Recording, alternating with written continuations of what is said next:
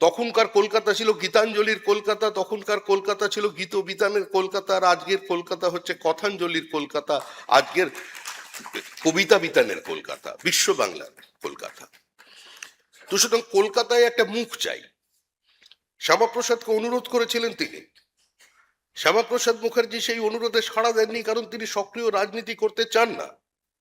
তখন যখন নেতাজির কাছে গিয়ে বললেন যে আপনি নামুন, আপনি বিবৃতি দিন, শরৎ বসু এবং সুভাষ বসু কেউ সেদিন ডক্টর শ্যামাপ্রসাদ মুখার্জির আহ্বানে সাড়া দেননি।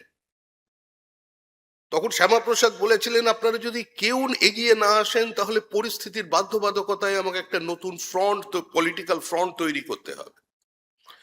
দূরদৃষ্টি সম্পন্ন সুভাষ বসু বুঝতে পেরেছেন যে শ্যামাপ্রসাদের মতো ব্যক্তিত্ব যদি পশ্চিমবঙ্গের মাটিতে নতুন কোনো বা বাংলার মাটিতে নতুন কোনো রাজনৈতিক ফ্রন্ট হিন্দু মহাসভার নামে তৈরি করেন, তাহলে কংগ্রেস থেকেই সমস্ত কর্মী শ্যামাপ্রসাদের দিকে চলে যাবেন।